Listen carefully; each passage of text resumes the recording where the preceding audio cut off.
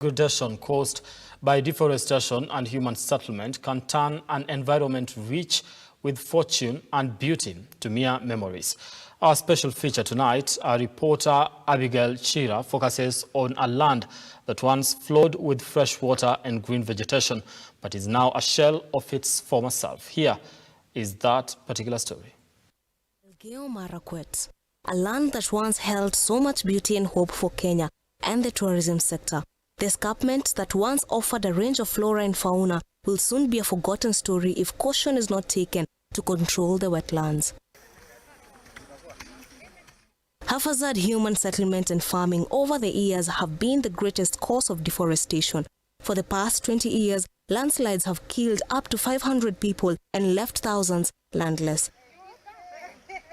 This has been brought about by the uncontrolled human farming activities on steep slopes and settlement of humans in these areas. Widespread charcoal burning, which is the second major killer of this escarpment, has caused alarming levels of deforestation that has in turn brought soil erosion, leaving the land bare and dry. With no trees to attract rainfall, the water catchment areas dry up during drought. We are working closely with the relevant government institutions at the county level, the Kenya Forest Service, NEMA, that's National Environment and Management Authority. Also, we are working closely with the county government to ensure that the restoration, the wetlands day restoration, is marked in such a way that the community and the members of the public participate holistically, and they understand why you are doing this. And so the day for wetlands restoration is, the slogan is we are targeting to restore wetlands. The government, through the Ministry of Environment in Elgeyo Marakwet, says that it will coordinate stakeholders to ensure landscape restoration and other measures on climate change mitigation and adaptation are undertaken. We are saying that your choice, your actions can trigger restoration. And that's why you are working in this community that you can see here at Singore Tree Nursery through the Elgeyo CFA to ensure that we are able to come up with a number of seedlings that will be used in this restoration and rehabilitation processes within Elgeyo Marakwet. The MARA program under the World Vision specialist in climate change, Dicson has stepped up with measures to control this situation.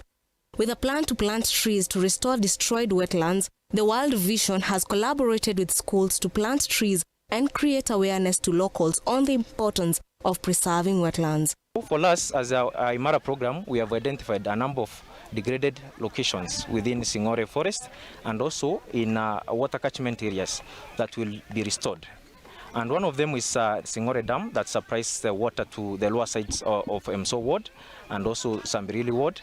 And in that area, we are targeting to plant approximately over 300 seedlings that will restore generally the area and also ensure that the water is what the community can be able to get the water, clean water from that area.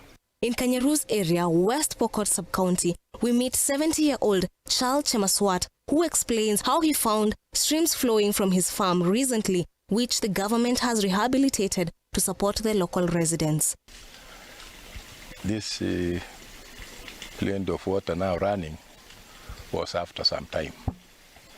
Otherwise, before that, I was born around 45, 46, around this place. Those early days when I grew up, I was about 15 or something like, or less. There was no water like this. We were just singing borehole, not boreholes. Do you call boreholes? Boreholes are the ones with machines. We were just singing them. Each one has to sing his, and you protect it, because there was no water.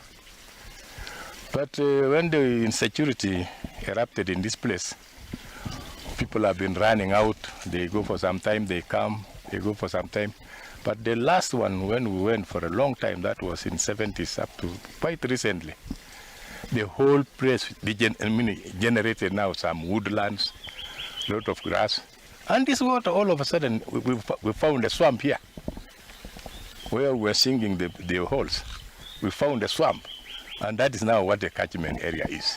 Githinji, however, says that the MARA program has been instrumental in silting water from the Kanyaruz stream and have also started a program which will see all streams preserved and rehabilitated.